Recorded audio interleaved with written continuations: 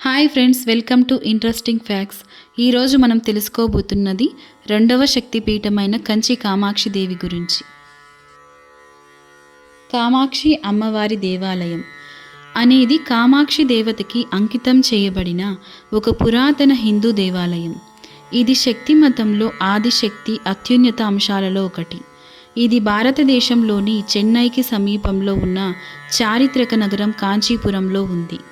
కంచి అనగా మొలచూల వడ్డానం అని అర్థం.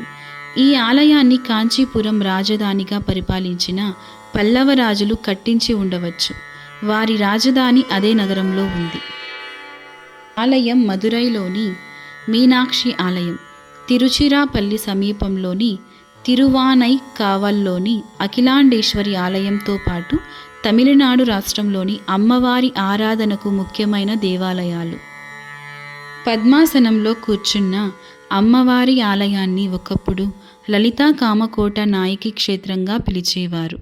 బండాసురుడు అనే రాక్షస సంహారం తర్వాత త్రిపుర సుందరి ఈ ఆలయంలో స్థిరపడింది. పురాతన ఆలయం పెరునారాత్రుపుడై అనే ప్రాచీన తమిళ సంఘం సాహిత్యంలో ప్రస్తావించబడింది.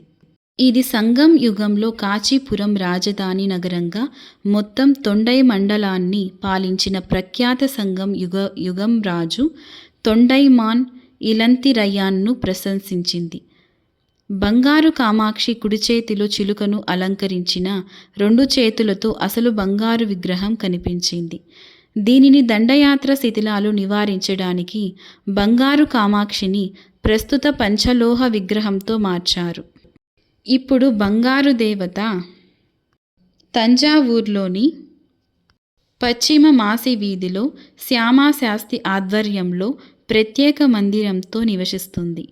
ఇది 5 ఎకరాల స్థలంలో 4 విశాలమైన గోపురాలతో ఒక పెద్ద తాటాకముతో విస్తరించబడినది.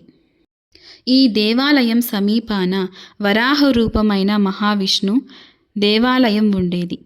గుడి శిథిలం కావటం వలన మూల విగ్రహాన్ని కంచి కామాక్షి అమ్మవారి దేవాలయంలో పునఃప్రతిష్ఠించారు. ఈ దేవాలయంలో గర్భగుడి ఎదుట గాయత్రి మండపం, అరూపలక్ష్మి, స్వరూపలక్ష్మి విగ్రహాలు ఉన్నాయి. అమ్మవారి విగ్రహం ముందు ఉగ్రరూపం నుండి శాంతపరచటానికి జగద్గురు శ్రీ ఆదిశంకరాచార్యులు స్థాపించిన శ్రీచక్ర యంత్రం ఉంది.